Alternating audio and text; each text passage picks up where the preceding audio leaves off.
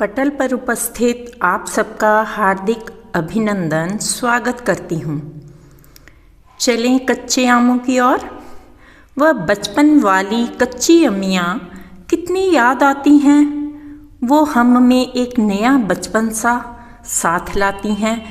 ये कच्चे आम भी कितने अनोखे कि मुख में पानी भरे कितने झरोखे कि पानी की बाढ़ आती है। कच्चे आमों को देख क्या बच्चा क्या बूढ़ा सबका जी मचल मचल जाता है। हम भी आमों को काटते काटते अपने दांत खट्टे कर लेते थे और फिर हमसे रोटी भी नहीं कटती थी। अजी फिर आ गया आमों का मौसम। कच्चा आम और उससे बनने वाली करारी चटनी। हाय हाय चटनी, उफ उफ चटनी, खट्टी मीठी चटनी, मज़ेदार चटनी, मुंह में पानी भर दे स्वाद चटनी, सबकी पसंदीदा चटनी। करनी है गर पेट की छटनी, खा लो भैया आम की चटनी। लेकिन क्या आप जानते हैं कि आम में जला देने वाली शक्ति होती है? हाँ, ये सही है कि आम भी जलाते हैं। आम की जला देने वाली शक्ति का पोस्टमार्टम अभी होगा इसी पोस्ट में। मेरे देश की मिट्टी का ज्ञान आजकल की मॉडर्न घसट पसट से कहीं ऊपर है।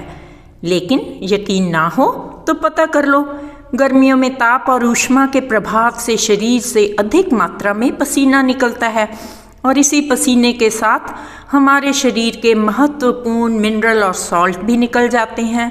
यही कारण है कि पसीने से भीगी शर्ट में सॉल्ट का एक सफ़ेद घेरा यानी कि दाग बन जाता है। इसी नुकसान की भरपाई के लिए प्रकृति मैया ने इस समय आम, इमली, जामुन, शहतूत, अमरूद और नींबू जैसे फल दिए हैं। ऐसे फल की जिनका नाम लेते ही मुंह में खट मीठा स्वाद उत्पन्न हो जाता है। इन्हीं में से एक खास किंतु नाम से बेहद साधारण आम की बात मैं यहाँ करने वाली हूँ। वैसे तो आम को फलों का राजा कहा जाता है, लेकिन इसकी चटनी को यदि स्वाद के दीवानों की प्रेमिका कहा जाए तो कोई अतिशयोक्ति नहीं होगी। भारत के गांवों देहातों में किसान के कलेवा की पोटली में रोटी के साथ आम की चटनी और प्याज की सौगात होती है। यही चटनी है जो ऐसी तपती दोपहरी में किसानों को लू के थपेड़ों के बीच अपने खेत में काम करते रहने की कट्टरता और जीवटता यानी कि स्ट्रेंथ प्रदान करती है। जब मैं फोर्ट विलियम केंद्रीय विद्यालय में 5वीं कक्षा में पढ़ती थी तो वहाँ गोरा बाजार हुआ करता था। दोपहर के समय वहाँ पर श्रमिक वर्ग इकट्ठा होते, ताज़ा ताज़ा सत्तू गूंद कर हरी मिर्च और चटनी के साथ दोपहर का भोजन करते, बड़े ही सरल हृदय से। आधी छुट्टी के वक्त हम उन्हें निहारा करते थे। चटनी और हरी मिर्च उनके भोजन की शान हुआ करती थी। इसे ग्रहण करते उन श्रमिकों के मुख पर एक अलौकिक सी मुस्कान हुआ करती थी। आम से जुड़ी पंचायत यहीं करेंगे, आम की शीतल छांव के नीचे बैठकर। लेकिन इससे पहले आपको आम की चटनी बांटना कूटना सिखा दूं। ध्यान रहे, मैंने पीसना नहीं कहा है, इसका विशेष कारण है। मेरे गांव वाले मित्र समझ गए होंगे, सही कहा ना।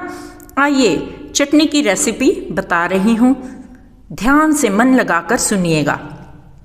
आवश्यक सामग्री है आम, हरा धनिया, हरी मिर्च, पुदीना, प्याज या हरी पत्तेदार प्याज, जीरा, अदरक या इससे ताज़ी शाखाएं, लहसुन या लहसुन की पत्तियां, काला एवं सफ़ेद नमक आधा आधा और अंत में सबसे खास सिलबट्टा जिस पर पीसी जाएगी यह चटनी। आम को छिलका निकालकर छोटे टुकड़ों में काट लें। धनिया, मिर्च, पुदीना आदि समस्त सामग्री काटकर इसे भी सिलबट्टे में थोड़ा कूट लें। आवश्यक नमक मसाला मिला दें। उपरोक्त समस्त सामग्री डालकर एक विशेष अंदाज में पीस लें।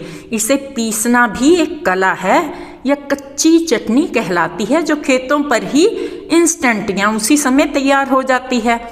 और यह जल्दी खराब भी नहीं होती, यानी इसे 2-4 दिन तक संभाल कर रखा जा सकता है। लेकिन खेतों में ये कम बने या बच जाए, दोनों काम नहीं होते जी। सब सपाट के साथ ही भोजन समाप्त हो जाता है। इसके अलावा इसे अलग फ्लेवर यानी कि टेस्ट देना हो तो चटनी पीसकर मीठा नीम यानी कि करी पत्ता, ढेर सारी प्याज और जीरे के साथ फ्राई कर लें यानी कि छौंका लगा लें। स्वादानुसार नमक या मिर्च का प्रयोग करें। चटपटी चटनी तैयार है। ध्यान रहे मिक्सर में वह स्वाद नहीं मिलेगा, अतः सिलबट्टा लाने का प्रयास करें। इसलिए मैंने पीसने के बजाय चटनी बांटना या कूटना शब्द का प्रयोग किया है। या हम दौरी डंडा या कुंडी सोटा में भी इसे पीसते थे। हालांकि दोनों कार्य के लिए प्रयोग किए जाने वाले सिलबट्टे अलग अलग डिज़ाइन के हिट हैं। एक बात बताऊं आपको, देशी ज्ञान का कभी विकल्प ना बनाएं, संस्कृति को जीवित रखें, यही एकमात्र तरीका है। वरना माँ का विकल्प आया, बेबी सिटर और भोजन का पिज्ज़ा बर्गर ये होते देर ना लगेगी। संस्कृति से छेड़छाड़ का असर कुछ दशकों बाद समझा जाता है। हाँ, आम की लौंजी भी खास है। लौंजी की विधि जल्दी ही आपको फिर सुनने को मिलेगी। इस बार की पोस्ट में हमारे आपके खास लेकिन साधारण आम फल का देशी ज्ञान लाई हूँ, जिसकी आत्मा है कच्चे आम की चटनी। गांव देहात में खेत जाते समय खेत पर रोटी बांध के ले जाने वाले के लिए गर्मियों में कलेवा का मुख्य व्यंजन यही चटनी ही तो है।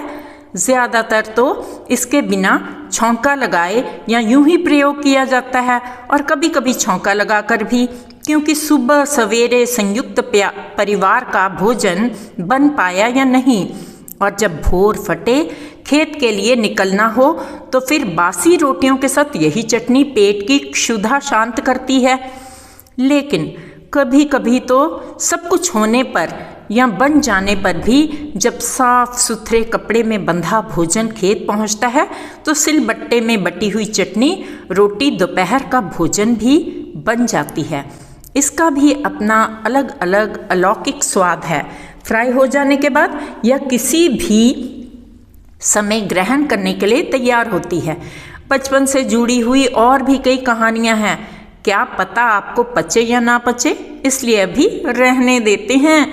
कच्चे आम की चटनी विटामिन ए, बी, सी, के, कई प्रकार के पोषक तत्व जैसे iron, manganese, magnesium, calcium, copper, phosphorus, potassium, selenium, zinc, प्राकृतिक शर्करा, प्रोटीन्स, ए फाइबर आदि का बेहतरीन स्रोत है।